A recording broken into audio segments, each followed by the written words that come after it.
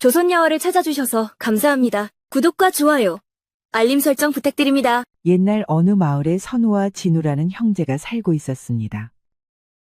양반 집안이었으나 살림은 몹시 가난했지요. 게다가 일찍이 부모를 여의어 두 형제는 의지할 데 없이 서로를 부축하며 살아왔습니다. 하여 형인 진우는 과거 합격을 목표로 낮밤 가리지 않고 공부하였습니다. 드디어 과거를 보러 가시는군요. 그간 학문을 닦으신 공이 크니 반드시 급제하실 것입니다. 저는 믿어 의심치 않습니다. 고맙다, 아우야. 내가 꼭 성공하여 돌아오마. 형 진우는 한양에 올라 과거를 치렀습니다. 그리고 보란듯이 합격하여 꽃가마를 타고 돌아왔지요. 아우인 선우는 마치 자기 일인 양 기뻐하며 크게 축하했습니다. 그날 이후 집안은 크게 달라졌습니다. 초라한 초가집을 벗어나 기와집으로 옮겨 살게 되었고 마을 사람들은 형제를 새삼 부러워했습니다. 진우는 비로소 진사가 되어 고을의 이름이 드높았으며 집안의 위세도 한층 빛나게 되었습니다. 선우도 그런 형님에게 안 부끄럽게 과거를 목표로 열심히 공부하였습니다. 허나 불행히도 선우는 학문에 소질이 없었던 것 같았습니다. 과거를 보았으나 매번 낙방하기 일쑤였지요. 결국 선우는 크게 의기가 꺾여 침울하게 방구석에서 시간을 보내었습니다. 형님은 과거에 급제하여 이름을 떨치셨건만 저는 그저 낙방 신세이옵니다. 아우야, 벼슬이 뭐가 중하느냐. 마음을 지키고 바르게 사는 것이 곧 진정한 선비다. 사사로운 이익과 영화에 연연하지 말거라. 글을 읽는 까닭은 벼슬이 아니라 도리를 밝히고 사람됨을 세우기 위함이니라. 진우는 늘 아우를 다독였으나 선우의 마음에는 자책과 허망함이 짙은 그늘처럼 드리워져 있었습니다. 그 무렵 형 진우가 마침내 혼인을 하게 되었습니다. 색시는 송미라 하였는데 그 용모가 고운 것은 말할 것도 없고 품격과 교양 또한 남달랐습니다. 홀레날 집안은 붉은 비단과 꽃으로 장식되어 마을 사람들이 발길을 멈추어 구경하였지요. 북과 피리가 울려 퍼지고 친척과 이웃들이 모여들어 술잔을 기울이며 덕담을 아끼지 않았습니다. 선우는 형의 혼례를 누구보다 기뻐하며 축하했습니다. 고생만 하셨던 형님이 드디어 알맞은 배필을 찾으셨구나 하고 기뻐하면서도 마음 깊은 곳에서는 알 수 없는 시기심이 일렁였습니다. 가난과 고생을 함께 겪어온 형이 마침내 기와집에 색시를 들였으니 기쁨과 더불어 자신과의 차이가 더욱 크게 느껴졌던 것입니다. 그 뒤로는 세 사람이 한 집에 함께 살게 되었습니다. 처음 얼마 동안은 화목하기 그지없어 집안은 나날이 환하였지요. 아침이면 송미가 정갈이 밥상을 차리고 진우는 웃으며 글을 읽었으며 선우 또한 형수의 살뜰한 보살핌을 느끼며 마음이 놓였습니다. 허나 시간이 조금 흐르자 선우는 형수 송미의 태도에서 묘한 기운을 느끼기 시작했습니다. 송미는 대단히 아름답고 기품 있는 여인이었으나 어쩐지 속내를 헤아릴 수 없는 구석이 있었던 까닭입니다. 그녀의 웃음에는 은근한 그림자가 드리워져 있었고 눈빛은 종종 알 수 없는 곳을 향하는 듯했습니다. 더구나 이상한 일은 그 뒤부터였습니다. 진우가 바깥일로 집을 비우기만 하면 송미가 은근히 선우에게 다가왔던 것입니다. 때로는 차를 끓여내오며 살갑게 말을 건넸고 때로는 책상 곁에 앉아 시와 글을 묻는 척하였습니다. 선우는 당황스러우면서도 속으로 알 수 없는 떨림을 느꼈습니다. 어느 날 밤 송미가 선우의 방을 찾았습니다. 형수님, 이 늦은 시간에 어쩐 일이십니까? 형님도 침소에 드시지 않으셨습니까? 도련님이 밤 늦게까지 공부하셔서 차마 모른 척 넘길 수가 없었습니다. 고단하실 텐데 여기 야식을 좀 준비하였습니다. 술 한 잔 기울이며 마음을 달래시지요. 송미가 술상을 차려 촛불 옆에 놓았습니다. 향긋한 수량과 따끈한 안주가 방 안 가득 퍼지자 선우의 가슴은 알 수 없는 요동을 쳤습니다. 송미는 이윽고 선우 곁으로 천천히 다가와 앉았습니다. 가느다란 손이 그의 팔소매를 스치더니 이내 술잔을 직접 들어 선우의 입술 가까이 내밀었습니다. 학문도 좋으나 사람이 어찌 정없이 살아가겠습니까? 이 밤만은 책을 내려놓으시고 저와 함께 마음을 나누셔요. 그 목소리는 낮고 부드러웠으며 눈빛에는 알 수 없는 불꽃이 번득였습니다. 송미는 살짝 몸을 기울여 선우와 얼굴을 맞댈 듯 가까워졌습니다. 그 순간 선우는 크게 놀라 자리에서 벌떡 일어나며 송미의 팔을 거칠게 밀어냈습니다. 형수를 어찌 이렇듯 대할 수 있겠습니까? 존경하는 형님을 욕보이는 짓이며 제 양심에도 돌을 얻는 일입니다. 송미는 순간 당황한 기색을 보였으나 곧 태연히 웃으며 잔을 들어 올렸습니다. 도련님은 참으로 고지식하시군요. 세상 사람은 얽히고 설키는 법, 뭘 그리 유난을 떠시는지요? 그 말끝에는 아무렇지도 않은 듯한 태연함이 서려 있었습니다. 선우는 더욱 혼란스러워졌습니다. 분명 잘못된 일인데도 아름다운 송미의 미모와 달콤한 속삭임이 마음을 뒤흔들었습니다. 고생하시는 듯하여 손수 대접해드리려 했는데 이러시니 흥이 깨지네요. 부디 너무 늦게까지 책상에 불을 밝히지 마시고 몸을 아끼시길 바라옵니다. 송미는 그렇게 말하며 술상을 가볍게 정리하더니 촛불 아래서 빙긋 미소를 띄었습니다. 마치 방금 전에 일은 아무 일도 아니었다는 듯 태연한 발걸음으로 안방을 나섰습니다. 선우는 텅 빈 방 안에 홀로 남았습니다. 잔에 남은 수량은 은근히 코끝을 스쳤고 방금 전 형수의 눈빛은 여전히 가슴속을 흔들었습니다. 그는 두 손을 움켜쥐고 중얼거렸습니다. 어찌 이리도 마음이 흔들리단 말인가. 나는 형님을 욕되게 할 수 없다. 그 밤 선우는 좀처럼 잠을 이루지 못했습니다. 형수 송미의 교태로운 눈빛과 웃음소리가 귓가에서 떠도는 듯 했습니다. 그날 밤의 일 이후 송미는 더 이상 선우에게 특별한 행동을 하지 않았습니다.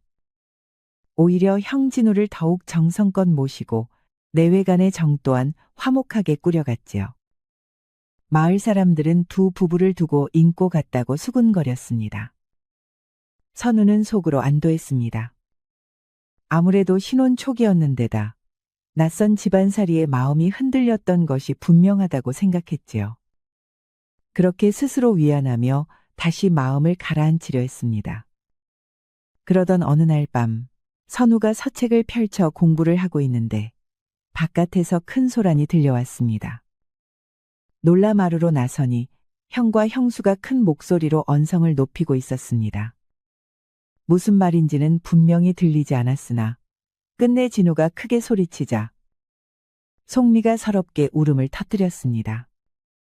그 일 이후 집안의 공기는 달라졌습니다.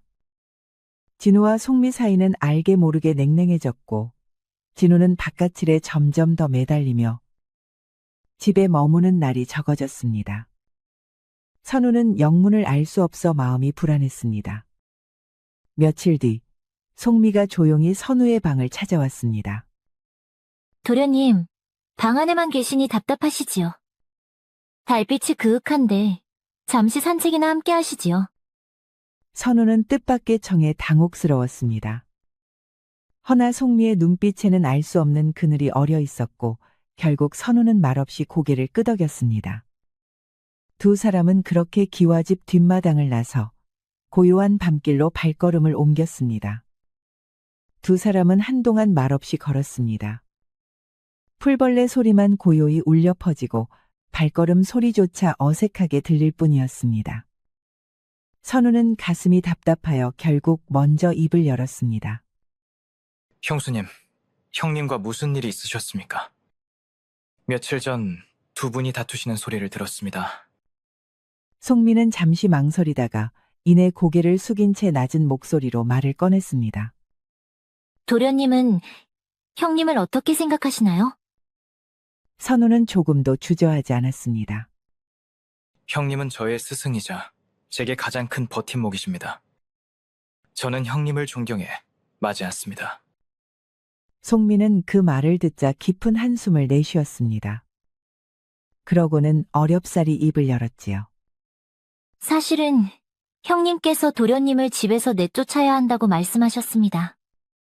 공부도 못하고 세월만 허비하니 괜히 밥만 축낸다 하셨지요. 제가 그리하는 것은 너무한 처사라 만류했더니 형님이 저를 꾸짖으며 물으셨습니다. 어찌 네가 그리도 아우를 두둔하느냐? 설마 아우와 눈이라도 맞았단 말이냐? 하고 형님이 정말 그런 말을 하셨다고요? 그 순간 선우의 가슴은 철렁 내려앉았습니다. 송미의 떨리는 목소리와 울적한 눈빛이 밤달빛에 아련히 비쳐 더욱 애달프게 보였던 까닭입니다.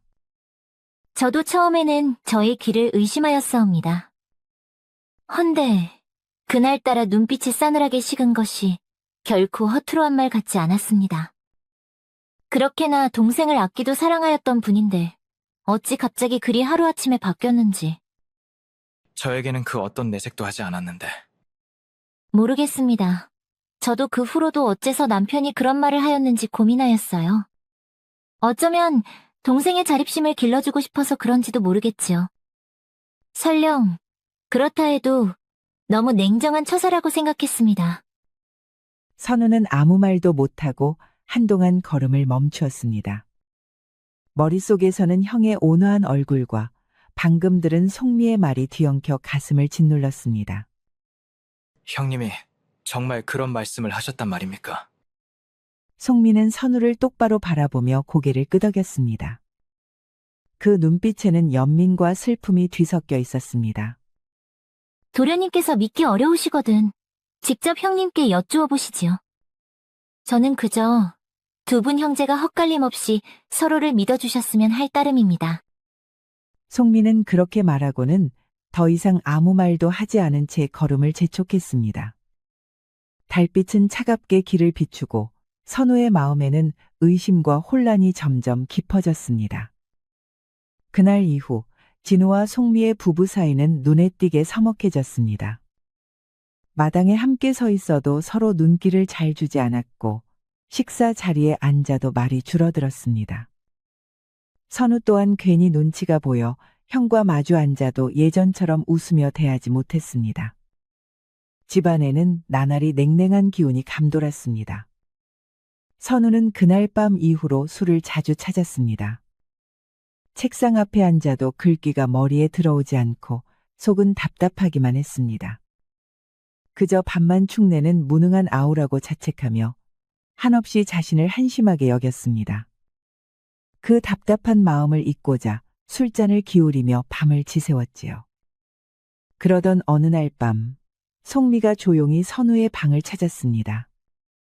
그녀는 묵묵히 술을 켜는 선우 곁에 조용히 앉았습니다. 도련님, 어찌 그리 매일 술을 드십니까? 공부하셔야 할 분이 이러다 몸만 상하겠지요. 제 신세가 한심하여 그렇습니다. 형님께 짐만 되는 몸이니 마음이 편치가 않습니다. 도련님은 너무 자신을 탓하지 마셔요. 그랜 남보다 더디 배울 수 있어도 도덕과 정성은 누구보다 깊으시지 않습니까? 세상은 그 마음을 알아줄 날이 올 것이옵니다. 송미가 다정하게 위로하며 부드럽게 선우의 등을 쓰다듬었습니다. 그러자 술로 몸이 후끈하게 달아오른 상태인데도 짜릿한 감각이 등줄기를 타고 흘렀습니다. 술도 얼큰하게 올랐겠다. 아리따운 송미가 교태로운 목소리로 귀에 속삭이니 그야말로 정신이 혼미해졌지요. 술은 좀 줄이셔요. 저는 이만 가보겠습니다. 이런 광경을 남편에게 들키면 화만 돋굴 테니까요. 송미는 그 말과 함께 일어나 조심스레 술상을 정리했습니다. 촛불이 흔들리며 그녀의 그림자가 벽에 어른거렸고 발걸음 소리는 나지막이 멀어져 갔습니다. 홀로 남은 선우는 술잔을 움켜쥔 채 멍하니 앉아 있었습니다. 등줄기에 남은 온기와 귓가에 맴도는 속삭임이 좀처럼 사라지지 않았습니다. 어찌된 일인가 형수의 말과 손길이 이토록 마음을 흔들다니. 그 밤 선우는 잠을 이루지 못했습니다. 송미의 얼굴과 목소리가 자꾸만 떠올라 마음속 깊은 곳에서 알 수 없는 불길이 일렁였던 까닭이지요. 그날 이후 송미는 틈만 나면 선우를 찾았습니다. 때로는 다정한 말로 마음을 흔들었고, 때로는 은근한 손길로 마음을 시험하였습니다. 선우는 처음엔 불안했으나 차츰 그 유혹에 빠져들었습니다. 한편 선우는 송미의 말대로 형에게 직접 물어서 진위를 파악하고 싶은 마음이 올라왔습니다.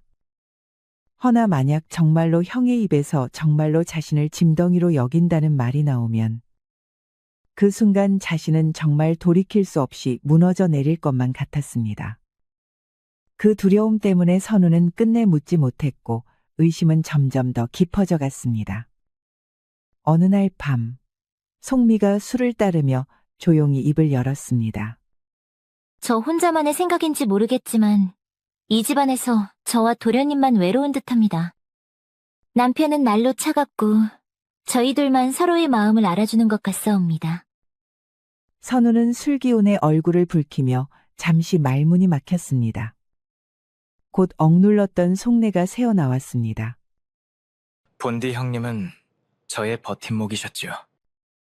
허나 요즘은 저를 짐처럼 여기시는 것 같아 원통합니다. 저 또한 이해가 됩니다. 하나뿐인 동생을 내치려는 말씀을 들었을 때 제 마음도 무너졌으니 말입니다. 도련님은 너무 착하셔서 미움조차 스스로 감추려 하시는 듯합니다. 송미의 목소리는 다정했으나 그 눈빛은 은근히 선우의 속마음을 떠보는 듯했습니다. 선우는 가슴이 먹먹해져 술잔을 거듭 기울였습니다. 마침내 존경과 사랑은 무너져 내리고 그 자리를 원망이 채우기 시작했습니다. 송미는 조용히 선우의 손등 위에 자기 손을 올리며 속삭였습니다. 도련님, 마음을 억누르지 마세요. 세상은 때로는 가장 가까운 이에게도 실망을 주는 법이지요. 그 한마디에 선우의 눈은 흔들렸습니다. 형에 대한 존경과 사랑은 점차 사라지고 깊은 미움이 서서히 가슴에 뿌리내렸던 것입니다. 그러던 중 진우의 몸은 눈에 띄게 쇠약해졌습니다. 밤마다 기침이 잦아들었고 얼굴빛은 누렇게 시들어갔습니다. 집안의 불길한 기운이 감돌자 선우는 겉으로는 걱정스레 형의 곁을 지켰으나 속으로는 씁쓸한 미소를 감추지 못했습니다. 결국 하늘이 공평하시구나. 하나뿐인 아우를 무시하고 내치려 하였으니 이 또한 천벌이 아니겠는가. 며칠 뒤 진우가 선우를 불러들였습니다. 병세가 깊어진 탓에 그는 이부자리에 몸을 기댄 채 힘겹게 숨을 몰아쉬고 있었습니다. 촛불 아래 그의 얼굴은 창백했고 기침이 잦아 숨결조차 거칠었습니다. 아우야, 가까이 오너라. 내가 하고 싶은 말이 있다. 선우는 문간에 서서 잠시 머뭇거리더니 마지못해 다가와 형 곁에 앉았습니다. 그러나 그의 눈빛은 차갑게 굳어 있었습니다. 송미의 말이 귓가에 맴돌며 형이 자신을 짐이라 여겼다는 생각이 마음속에 얼음처럼 남아있었던 까닭입니다. 진우는 떨리는 손을 내밀며 애써 말을 이었습니다. 아우야, 네가 나와 함께 있어 주원을 고맙다. 내가 미쳐다 헤아리지 못한 일이 많았구나. 허나 사람은 그 말끝을 잇기도 전에 기침이 거칠게 터져 나왔습니다. 진우의 목소리는 점점 잦아들었으나 여전히 무엇인가 전하려 애쓰고 있었습니다. 그러나 선우는 그 말을 더 이상 들으려 하지 않았습니다. 굳은 표정으로 자리에서 일어나 냉랭한 목소리를 내뱉었습니다. 됐습니다. 형님은 잠이나 더 편히 주무시죠. 그렇게 말을 남기고는 등을 돌려 방을 나섰습니다. 진우는 힘없는 목소리로 애타게 동생을 불렀습니다. 허나 선우는 발걸음을 멈추지 않았습니다. 깊은 밤, 형제 사이에는 차가운 벽만이 점점 더 두터워져 갔습니다. 진우의 병세는 날로 깊어갔습니다. 의원을 불러 진맥을 받아도 뚜렷한 차도가 없었고 약을 써도 잠시 나아지는 듯하다가 이내 기침이 더 심해졌습니다. 창백한 얼굴은 점점 누렇게 시들어갔고 걸음을 옮기는 일조차 힘겨워 보였습니다. 선우의 마음은 점점 더 무거워졌습니다. 형을 미워하고 원망하던 날들이 떠오를수록 눈앞에서 시름시름 앓는 형의 모습은 그에게 커다란 짐처럼 내려앉았습니다. 자신의 삐뚤어진 마음이 혹여 재앙이 된 것은 아닌가 하는 불길한 생각이 가슴 깊숙이 응어리져 내려앉았던 까닭입니다. 그러던 어느 날, 선우는 우연히 송미가 형의 수라를 준비하는 모습을 보게 되었습니다. 부어가는 약재 냄새로 가득 차 있었고, 송미는 조심스럽게 작은 주머니에서 무엇인가를 꺼내 수라 그릇에 타고 있었습니다.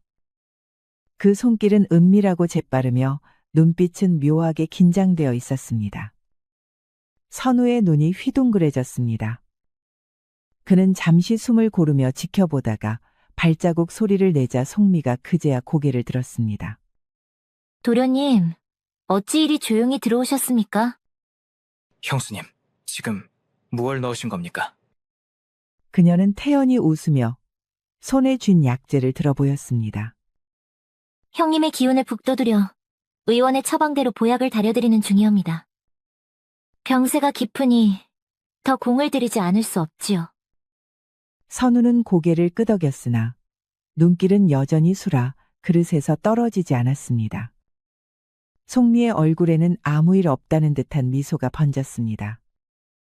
허나 선우의 가슴 한켠에는 설명할 수 없는 섬뜩한 기운이 스며들었습니다. 그 웃음이 촛불처럼 흔들리며 알 수 없는 어둠을 가리고 있는 듯했기 때문입니다. 진우의 병세는 날로 기울어 이제는 몸을 가누는 것조차 힘겨웠습니다. 그럼에도 그는 마지막 힘을 짜내어 동생을 불렀습니다. 이부자리에 누운 그의 목소리는 가늘었으나 눈빛은 여전히 애틋했습니다. 아우야, 네가 장차 어찌 살아가든 늘 바른 길을 잃지 말거라. 부모님께서 남기신 집안도 지켜야 하고 내 삶 또한 내 몫이니 흔들리지 말아야 하느니라. 그는 말을 잇다가 거친 기침에 몸을 떨었습니다. 그러나 진우의 시선은 끝내 선우에게 머물렀습니다. 형의 마음은 아픈 몸으로도 여전히 동생의 앞날을 걱정하고 있었던 것입니다. 하지만 선우는 굳은 표정으로 서 있을 뿐 그 애틋한 말을 마음에 새기려 하지 않았습니다. 송미의 말이 이미 그의 가슴 속 깊이 뿌리내렸기에 형의 당부조차 위선처럼 들렸던 까닭입니다. 그는 짧게 고개만 끄덕이고 냉랭한 기운으로 방을 나섰습니다. 아우야, 잠시만 내 말 좀 더 들어주거라. 허나 선우의 발걸음은 멈추지 않았습니다. 남은 건 형의 메마른 기침 소리와 애타게 부르는 목소리뿐이었습니다. 얼마 뒤 진우의 병세는 한층 더 위태로워졌습니다. 의원이 다시 들러 진맥을 짚었으나 깊은 한숨만 내쉴 뿐 고개를 저었습니다. 더는 쓸 약이 없습니다. 기운이 이미 다하여 장차 어찌 되는지는 장담할 수 없습니다. 그 말만 남기고 의원은 무겁게 자리를 떴습니다. 방 안에는 죽음의 그림자가 드리워진 듯 고요가 감돌았습니다. 그날 밤 선우는 잠을 이루지 못하고 복도를 서성이며 천천히 발걸음을 옮겼습니다. 달빛은 흐릿하게 기와지붕에 비치고 바람이 스산히 스며들어 어둠을 흔들었습니다. 그때 송미의 방 앞을 지나는데 안에서 낮고 은밀한 대화가 새어나왔습니다. 선우는 본능적으로 발걸음을 멈추고 귀를 기울였습니다. 안에서는 낯선 사내의 굽실거리는 목소리가 들렸습니다. 마님, 시키신 대로 의원 처방에 섞어드렸습니다. 허나 놈의 기력이 생각보다 질겨 아직 버티고 계시옵니다. 송미의 목소리가 날카롭게 흘러나왔습니다. 어리석은 거사, 내가 얼마나 공을 들였는데 아직도 살아있다는 것이냐? 약재는 모두 빠짐없이 섞었느냐? 괜히 손을 더럽혀놓고 이를 그르칠 작정이더냐? 사내는 다급히 머리를 조아리듯 소리를 낮췄습니다. 아니옵니다, 마님. 말씀하신 대로 한치 어긋남 없이 하였습니다. 다만 혹여 수상히 여기는 눈이 있을까 염려스러워 조금 약을 덜어 싸웁니다. 더럽다고? 내 놈이 그리 겁쟁이라면 애초에 내 앞에 서지도 말았어야 했다. 지난번에도 그러더니 또다시 일을 허술히 하려 드는구나. 용서하옵소서 마님. 다시는 그러지 않겠습니다. 이번에는 반드시 쓰러지실 것이옵니다. 송미는 한숨을 길게 내쉬며 그러나 곧 차갑게 웃었습니다. 이런 일 내가 처음 하는 줄 아느냐. 예전에도 몇 번이나 해왔으되 들킨 적이 없었다. 남자란 놈들은 어리석어 병이 들어 죽은 줄만 알지. 이번에도 틀림없이 그렇게 될 터이다. 잠시 침묵이 흘렀다가 송미는 더욱 낮은 목소리로 속삭였습니다. 그리 되면 이 집안 재산은 모조리 내 손에 들어온다. 내 놈도 약속한 대로 은혜를 입을 터이니 입 다물고 시키는 일이나 제대로 하거라. 허나 다시 한번 허술히 했다간 이번엔 네 목숨이 먼저 꺾일 줄 알라. 사내는 벌벌 떨며 거듭 고개를 조아렸습니다. 예, 마님, 명심하겠습니다. 말씀대로만 하겠습니다. 그 목소리에는 두려움과 탐욕이 뒤섞여 있었으나 송미 앞에서는 감히 고개조차 들지 못했습니다. 복도에 서 있던 선우는 그 모든 말을 숨죽여 들으며 피가 얼어붙는 듯한 전율을 느꼈습니다. 다정했던 웃음, 위로하던 손길, 속삭이던 말 한마디가 모두 거짓이었음이 그 순간 뼈저리게 드러났던 것입니다. 형의 병은 하늘의 뜻이 아니라 송미가 은밀히 꾸민 독살의 결과였으며 그 목적은 집안을 송두리째 삼키려는 탐욕이었습니다. 선우의 다리가 후들거려 더는 서 있을 수조차 없었습니다. 벽에 몸을 기댄 채 숨을 몰아쉬며 얼굴이 창백하게 질렸습니다. 가슴은 벼락을 맞은 듯 요동쳤고 식은땀이 이마를 타고 흘러내렸습니다. 그제야 선우는 모든 것을 깨달았습니다. 그동안 품었던 형에 대한 원망은 모두 헛된 것이었고 진실은 정반대였습니다. 송미야말로 집안을 무너뜨리려는 요망한 자였으며 자신은 그 꾀에 휘말려 형을 원망한 어리석은 죄인이었던 것입니다. 선우는 치를 떨며 몸서리쳤습니다. 회한과 분노가 한꺼번에 몰려와 도무지 숨조차 제대로 쉴 수 없었습니다. 복도의 어둠은 더욱 짙어지고 송미의 낮은 웃음소리가 귓가에 메아리처럼 맴도는 듯했습니다. 송미의 방 앞에서 모든 대화를 엿들은 선우는 충격에 휩싸인 채 몸을 가눌 수 없었습니다.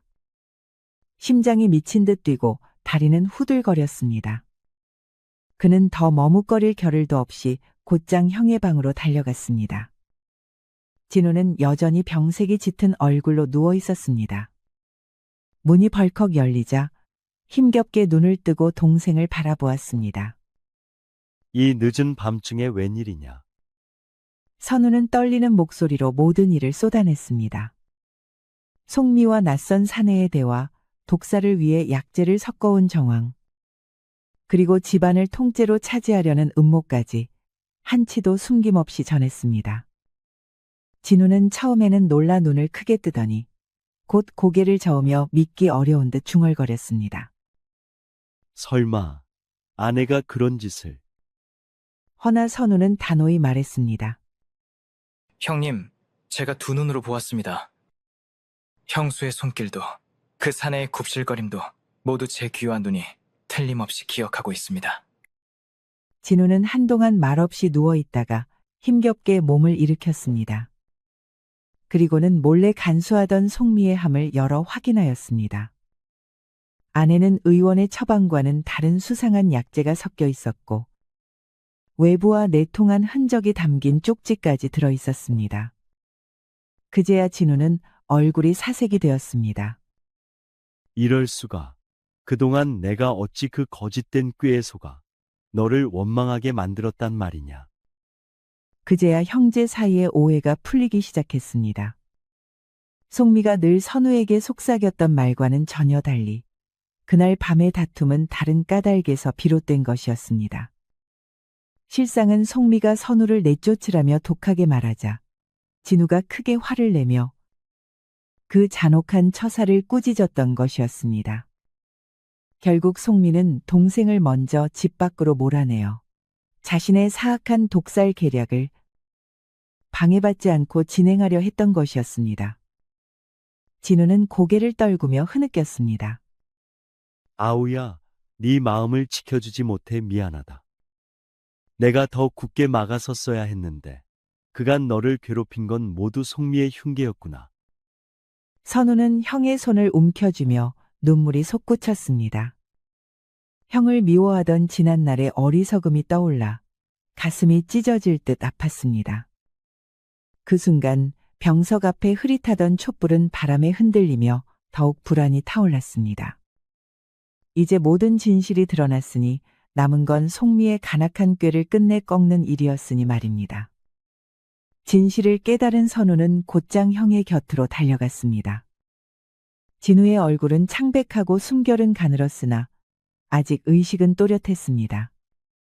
선우는 밤새 엿들은 송미의 흉계를 빠짐없이 전하며 형에게 다짐하듯 말했습니다. 형님, 더는 속으시면 아니 됩니다.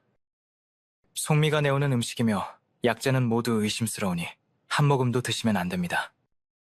제가 직접 살피고 지킬 터이니 형님께서는 제 말을 꼭 믿으셔야 합니다. 선우는 송미가 마련해둔 약그릇을 거두어 감추고 혹여 다시 독이 섞여 들어올 길을 철저히 막아두었습니다.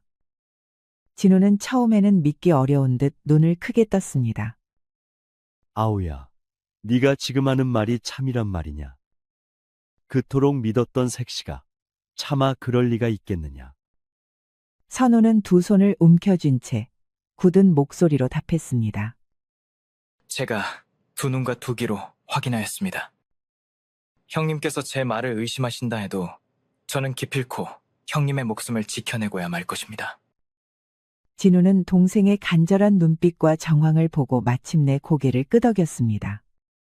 그의 눈가에는 고통과 배신의 그늘이 어렸으나 동시에 동생에 대한 신뢰가 서서히 되살아나고 있었습니다. 다음 날 선우는 곧장 마을로 내려가 송미의 행적을 수소문했습니다. 장터의 노인네와 사내들이 송미의 이름을 듣자 하나같이 얼굴빛이 굳어졌습니다. 나도 들었수다. 멀쩡하던 집안이 하루아침에 무너졌다 들었소. 집안 사람들까지 뿔뿔이 흩어졌다 하더만. 그때 짐을 잔뜩 맨 장돌뱅이가 옆에서 끼어들며 고개를 저었습니다. 송미라는 여인네의 소문이라면 나도 잘 알지. 내가 장사길에 다니며 보니 벌써 두세 고을에서 같은 짓을 해왔다더군. 혼례를 하고 들어앉아선 남정네 정신을 홀려 재산을 모조리 빼앗고 집안을 쑥대밭으로 만든 게 한두 번이 아니었어. 노인은 혀를 차며 말했습니다. 사람들의 말이 이어질수록 송미의 사악한 행적은 낱낱이 드러났습니다. 어떤 집안은 멸문에 이르렀고 또 어떤 집안은 가장이 갑자기 병들어 죽었다는 소문까지 파다했습니다. 그 모든 이면에 송미의 교활한 손길이 있었다는 증언이 조심스레 흘러나왔습니다. 관아에 들어선 선우는 숨을 고르지도 못한 채 곧장 아전 앞으로 나아갔습니다. 그의 얼굴에는 밤새 쌓인 분노와 절박함이 뒤섞여 있었습니다. 포졸 나으리, 부디 제 말을 들어주십시오. 제 형이 갑자기 병을 얻어 몸져 누우셨는데 그 원인이 분명 형수인 송미에게 있사옵니다. 포졸은 고개를 들어 의아한 눈빛으로 물었습니다. 그게 당최 무슨 소리더냐? 무슨 까닭으로 그런 말을 하는 게냐? 선우는 더욱 다급히 말을 이었습니다. 제가 제 눈으로 보았습니다. 형님의 수라에 알 수 없는 약재를 타는 모습을, 그리고 장터에서 들은 여러 증언도 모두 그 여인이 수상쩍다 하였습니다. 어떤 집안은 그 여인 때문에 가산을 탕진했고 어떤 집안은 가장이 홀려 병들어 죽었다는 말이 파다합니다. 선우는 한 걸음 다가서며 두 손을 모아 간청했습니다. 나으리, 제 형의 목숨이 위태롭습니다. 형수는 결코 평범한 여인이 아니오니 관에서 반드시 확인해 주셔야 합니다. 포졸은 잠시 말없이 선우의 얼굴을 살펴보다가 곧 안쪽으로 들어가 장부를 뒤적였습니다. 얼마 지나지 않아 다른 포졸이 낡은 종이 한 장을 들고 나왔습니다. 바로 현상수배가 걸린 용모팍이었지요. 용모팍이 속 여인은 곱게 빗어올린 머리와 도도한 눈빛이 어딘지 낯설지 않았습니다. 이자가 네가 말하는 여인이더냐? 본명은 송미가 아니고 현아라 기록되어 있다. 이미 지명수배가 내려져 여러 고을을 전전하며 남정을 꿰어 집안을 무너뜨린 자라 적혀 있구나. 선우는 그림을 들여다보며 이를 악물었습니다. 눈매며 웃음이며 분명 송미와 다를 바 없었습니다. 틀림없습니다. 제가 두 눈으로 본 그 여자입니다. 그의 대답에 포졸들은 서로 고개를 끄덕였습니다. 이윽고 한 명이 안으로 들어가 상관에게 보고하자 잠시 뒤 관가 안쪽에서 명이 떨어졌습니다. 포졸들은 횃불과 포승줄을 챙기며 서둘러 자리를 정리하고 출동을 준비했습니다. 이윽고 무리를 지어 일어선 그들은 선우와 함께 기와집을 향했습니다. 포졸들과 함께 들이닥친 선우는 숨을 죽이며 형의 방 앞으로 향했습니다. 방 안에서는 끓는 소리와 함께 알 수 없는 짙은 냄새가 흘러나오고 있었습니다. 문을 박차고 들어가자 송미가 작은 솥에 검붉은 약재를 넣어 휘젓고 있었습니다. 이년 무엇을 꾸미는 것이냐? 송미는 놀란 얼굴로 솥을 감추려 했으나 이미 손에는 짙은 가루가 묻어 있었습니다. 이게 무슨 짓입니까? 저는 그저 남편을 위해 보약을 다리고 있었을 뿐입니다. 도련님, 형님 위하여 제가 얼마나 애써왔는지 모르십니까? 선우는 치를 떨며 앞으로 나섰습니다. 형수, 더는 거짓으로 꾸밀 수 없습니다. 관아의 장부에도 장터의 증언에도 모두 당신의 죄상이 드러나 있소. 포졸 하나가 솥을 뒤엎자 뿌연 연기와 함께 섬뜩한 냄새가 퍼졌습니다. 곁에 있던 의원이 고개를 저으며 낮게 중얼거렸습니다. 이건 보약이 아니라 극약이오. 먹는 즉시 간과 위를 타들어가게 하는 독이라네. 송미의 얼굴이 순식간에 창백해졌으나 곧 입술을 깨물고 눈을 부릅뜨더니 목소리를 높였습니다. 거짓말이다. 모두 꾸민 모함이다. 내가 무슨 죄를 지었다고 이리 몰아세우느냐. 너희 모두 언젠가 저주를 받을 것이다.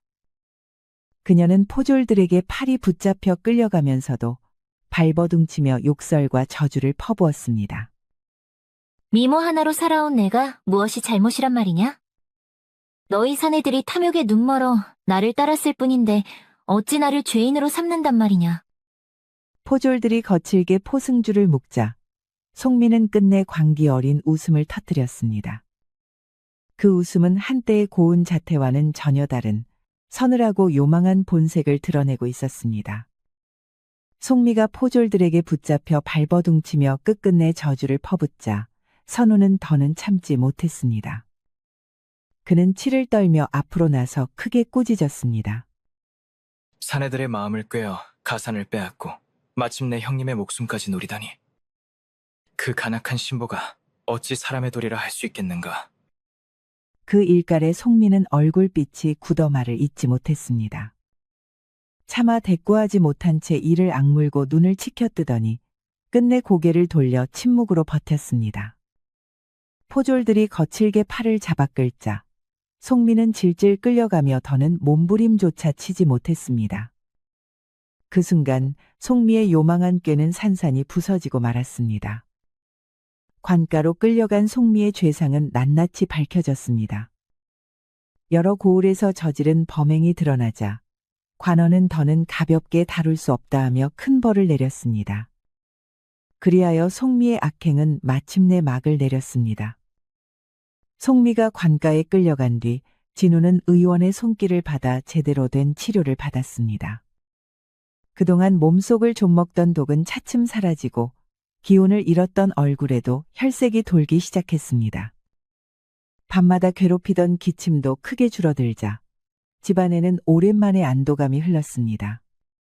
며칠의 요양 끝에 진우는 가까스로 자리를 털고 일어났습니다. 마루 위에 나란히 앉은 두 형제의 얼굴에는 그간의 고생과 회한이 함께 묻어 있었습니다. 형님을 원망한 제 마음이 참으로 어리석었습니다. 사특한 꾀에 눈이 가려 정작 형님의 진심을 보지 못하였으니 부끄럽기 그지없습니다. 선우의 두 눈에는 눈물이 고여 있었습니다. 진우는 아우의 손을 굳게 잡고 오히려 다정한 눈빛으로 위로했습니다. 아우야, 피를 나눈 형제의 정은 천금보다 귀한 법. 잠시 흔들릴 수는 있어도 그 정이 어찌 쉽게 끊어지겠느냐. 오늘 일을 거울 삼아 우리 마음을 더 굳게 다지자꾸나. 두 형제는 서로를 부둥켜 안으며 비로소 오래 드리워졌던 불신의 그림자를 거두었습니다. 집안에는 오랜만에 환한 웃음소리가 울려 퍼졌습니다. 이후 선우는 지난날의 일을 거울 삼았습니다. 꽤 흔들리고 의심에 휘둘리던 마음이 얼마나 허망했는지 뼈아프게 깨달았습니다. 그날 이후 그는 책상 앞을 지켰습니다. 등불을 낮게 걸고 한 줄씩 소리내어 읽었습니다. 예전엔 글자만 좇았습니다. 이제는 뜻을 더듬었습니다. 문장마다 왜 이런 말을 했는지, 어느 일을 겨냥한 말인지, 그 말이 사람의 삶에서 어떻게 살아 움직이는지 헤아렸습니다. 주석을 옮겨 적고 여백에 생각을 덧붙였습니다. 하여 예전과 달리 선우는 학문 속에서 진정한 의미를 배우게 되었습니다. 그야말로 눈이 트이기 시작한 것이지요. 새벽 달기 울면 붓을 씻고 어제 적은 글을 다시 읽었습니다. 어제의 문장이 들뜨면 오늘은 깎아 낮추고 어제 덜 말했으면 오늘은 뼈대를 세웠습니다. 예전에는 나무만 보았습니다. 이제는 숲을 보았습니다. 서년의 한 구절이 오늘의 한 사람을 바로 세우는 까닭을 깨달았습니다. 그 깨달음이 마음에 닿자 글이 수월해졌습니다. 문장이 길어지지 않았으나 뜻이 넓어졌고 말이 화려하지 않으나 기운이 곧아졌습니다.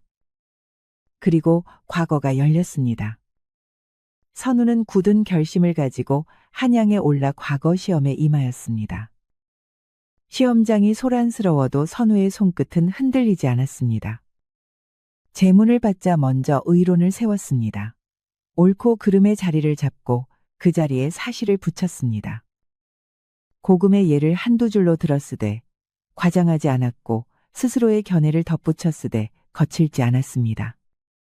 처음 문장은 가볍지 않게 열고 끝 문장은 번잡하지 않게 닫았습니다. 붓끝이 마를 때까지 마음이 흐트러지지 않았습니다. 그는 알았습니다. 예전의 낙방은 운이 아니라 허술함이었습니다. 글의 껍데기만 쫓았으니 떨어졌고 이제 뜻에 뼈대를 세웠으니 비로소 글이 섰습니다. 방이 열리자 선우의 이름이 급제자 명단에 올랐습니다. 마침내 합격한 것이지요. 선우는 깊이 절했습니다. 기쁨은 있었으나 들뜨지 않았습니다. 지난 고비가 새삼스레 마음을 다잡았습니다. 세월이 한 겹 흘렀습니다. 선우는 아리따운 여인과 인연을 맺어 혼례를 올렸습니다. 기묘한 인연이 이어져 그 여인의 9벌 되는 여동생이 진우의 아내가 되었습니다. 두 집안이 사돈으로 엮이니 아침 저녁 오가며 웃음이 그치지 않았습니다. 노을이 기와에 번지고 바람이 대숲을 지나가던 저녁. 네 사람은 한 상에 둘러앉아 소박한 술을 기울였습니다. 말은 길지 않았고 마음은 두터웠습니다. 그리하여 선우는 지난날의 상처로 눈을 틔웠고 글로써 뜻을 세워 마침내 과거에 급제하였습니다. 진우는 집안을 바로 세우고 두 집안은 인연으로 이어져 화목을 지켰습니다. 오래도록 서로 의지하며 즐겁고 편안히 살았다고 합니다. 옛날에 공자의 제자 증자가 5일 삼성오실라는 말을 하였습니다. 하루에 3번 나 자신을 반성한다는 뜻이지요.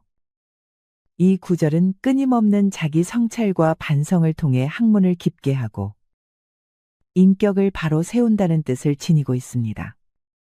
선우처럼 지난날의 잘못을 깨우치고 마침내 올바른 길로 나아간 자에게 딱 어울리지요. 우리 모두 잘못을 잊고 넘어가지 말고 이를 교훈 삼아 더 좋은 사람이 되어야겠습니다. 우리 이야기가 여러분들에게 조금이나마 재미를 선사할 수 있기를 바랍니다. 다른 재미있는 영상도 많으니 즐겁게 봐주세요. 그럼 여러분 모두 행복하고 즐거운 시간 되세요. 우리 이야기가 여러분들에게 조금이나마 재미를 선사할 수 있기를 바랍니다. 다른 재미있는 영상도 많으니 즐겁게 봐주세요. 그럼 여러분 모두 행복하고 즐거운 시간 되세요.